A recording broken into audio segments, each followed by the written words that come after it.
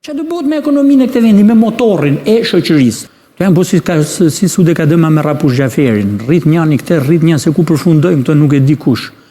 Flasësh për rritje pensionesh, do më drejt për drejt duhet flasësh për rritjen ekonomike, si e rriti ekonominë e këtij vendi.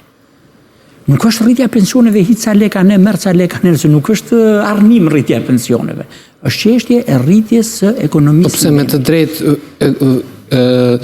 ekonomistët e BD-s tën, po të ndalim koncensionet, po të ndalim vjedhjet, po të ndalim korrupsionin, po të ndalim këto, ne rrisim pensionin dhe bëjmë edhe minimumin jetik e rrisim.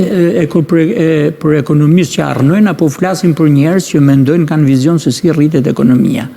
Po si mund flasin ato, si mund thonë ato që ekonomia është ka për peng. Po pastrohen para. Dhe ky organizëm ekonomik mahet me serum, ndërkohë që ky mekanizëm ekonomik duhet të kenë konkurrencë për të rritë ditë pas dite. Se nuk është çështja sot për nesër, nuk është çështja ta zgjidhësh një vit problemin. Është për ta shohësh në vazhdimsi çfarë do bëhet. Çfarë do bëhet me ekonominë e këtij vendi, me motorin e shoqërisë. Themi motor se prodhon të ardhurat dhe kanë nevojë gjithë fusha tjera për të ardhurat. Nuk mund rritet kjo kur këta e kanë kap peng ekonominë. Dhe çfarë thonë? Këta janë ideatorët e këtij sistemi. Do mund PD-ja dhe PS-ja bashkë, PS-ja që është aktualisht dhe PD-ja që po i shërben për të mos ta luftuar këtë sistem.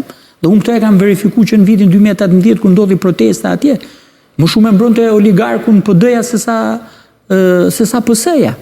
E mbronte Flamunoka në parlament.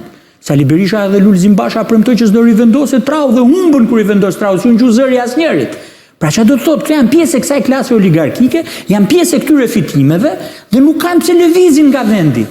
Dhe këto mendojnë që me këto lloj serumi që merr ekonomia, ose me këto lloj penicilinas që mund t'japin ekonomisë, mund ta marrin organizmin kështu në këtë gjendje. Ndërsa në thelbi i gjës është se si mund dalim ne nga kjo situatë mafioze ekonomike që ka monopole